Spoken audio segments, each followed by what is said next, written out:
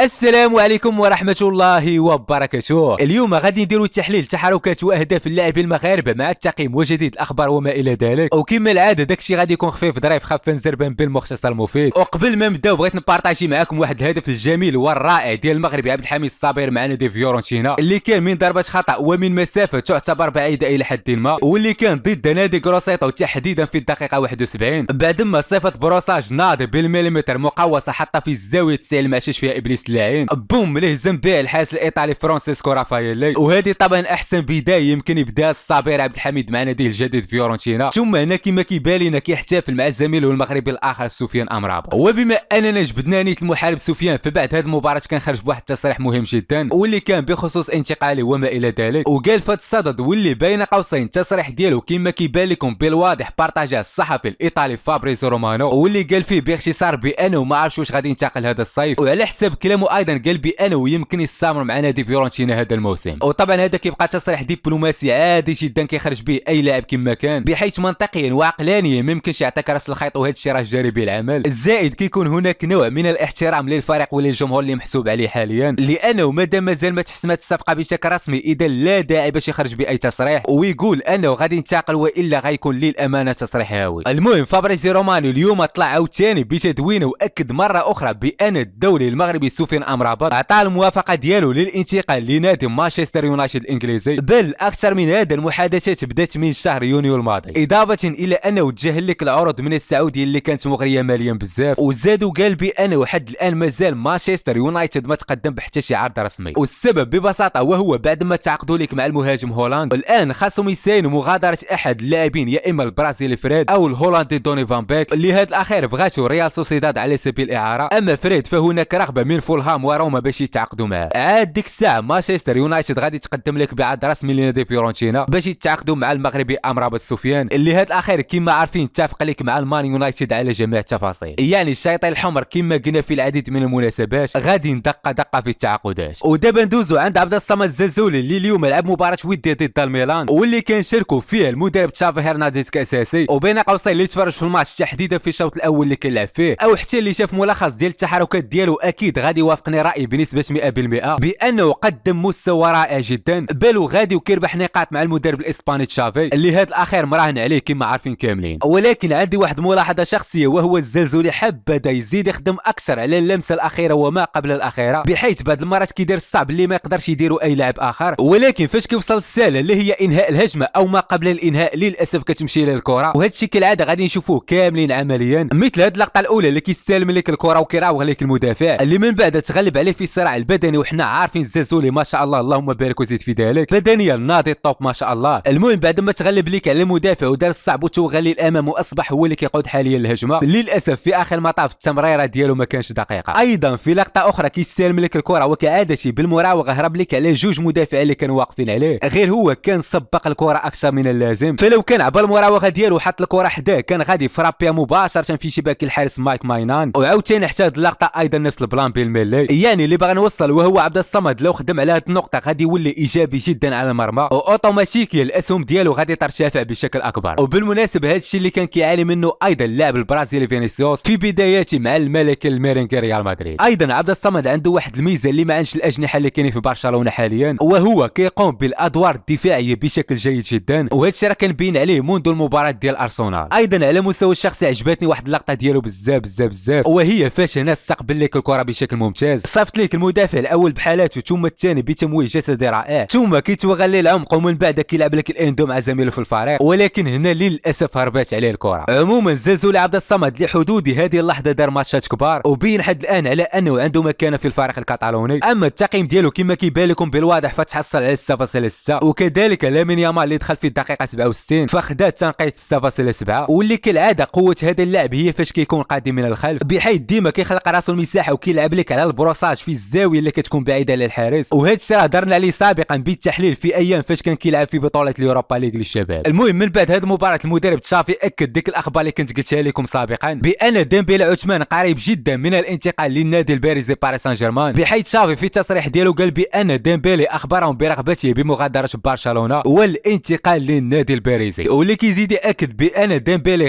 غادي للباري فقط هي مساله وقت ليس الا، وهو تشافي فاش قال بانه ما يمكنش لينا بتاتا البتة نفسه العرض ديال باريس سان جيرمان، وقال بصراحه العباره بان عثمان سيغادر هذا الموسم. ومن بعد بدا كيعبر على الاسف ديالو على انه غادي يضيعوا في لاعب مهم والى اخره. ومن موراها المدرب هرنانديز قال ايضا بانه سعيد جدا بالاجنحه اللي عنده في الفريق. وهنا طبعا الهضر على المغربي عبد الصمد ايضا، ولكن رحيل ديمبيلي قال لك سيضعف الفريق، وبين قوسين قال بانه محتاج ايضا لظهير ايمن. المهم من الاخر وباختصار انتقال ديمبيلي للباري وخروجه من برشلونه اكيد غادي يكون في صالح الدولي المغربي الزلزولي عبد الصمد، وهذه النقطه تحديدا هضرنا عليها سابقا بالتفصيل لذلك لا داعي للتكرار. ايضا بغيت نهضر على واحد النقطه مهمه جدا اللي كتبين الفرق الكبير والشاسع بين الحارس المغربي ياسين بونو والحارس الصربي ماركو ديمتروفيتش، ولكن قاص حراس ديال المدرب خوسي لويس مينديليبار غادي بمبدا باك صاحبي واللي كنا فايتين هضرنا على التفاصيل. ولكن على السريع بغيتكم تشوفوا معايا لقطتين الاولى لبونو والثانيه لديمتروفيتش في المباراه الاخيره الوديه اللي كانت ضد نادي كريستال بالاس. ياسين مبدئيا كما عارفين لعب الشوط الاول وما تماركا عليه حتى بيش، وكان دار واحد الباراد اكثر من رائع واللي كان على مرتين. ولكن ركزوا معايا مزيان في التصدي الثاني كيفاش سد لك الزاويه وطاك لك الكره بنجاح، وهذه اللقطه تحديدا هي نفسها اللي تحط فيها الحارس ماركو ديمتروفيتش. وشوفوا معايا كيفاش اللاعب الانجليزي ابريشي ايز بيضو تماركات عليه بغرابه شديده جدا. يعني نفس اللقطه ديال بونو بالمناسبه راه في نفس المباراه، بل المغربي كانت عنده صعيبه بزاف لانه ضرب باراد في الاول وكان طايح على الارض، عاد من بعد ناضو غطى لك الزاويه بسرعه، يعني ما كانش عنده الوقت الكافي نهائيا، عكس الحارس الصربي اللي كان قاري البلان من الاول ولكن ما قدرش يطاكي الكره في اخر المطاف. على العموم كنتمناو تيسر الامور ديال انتقال بونو ياسين لبايرن ميونخ او اي لنادي اخر اللي يكون في نفس المستوى المغربي. وبما اننا نيت هضرنا على الانتقالات فرسميا محمد احترى ينتقل لنادي سامسون سبورت تركي بعد ما فسخ العقد ديالو مع اليوفي الايطالي، ومده العقد هي 4 سنوات. وبالمناسبه كان حظى باستقبال جماهيري كبير، ولكن امانه للاسف ضيع الموهبه ديالو لانه ببساطه ما قدرش يفرق بين الحياه الشخصيه ديالو ولاعب كره القدم، عندك من وفاه الاب ديالو الى دخوله في المشاكل مع المافيا وزيد على ذلك. عموما ما نطولش عليكم، كان هذا هو اخر خبر عندنا في هذا الفيديو، وخير كلامي ما قال ودل، وكالعاده كان معكم اسلام، في امان الله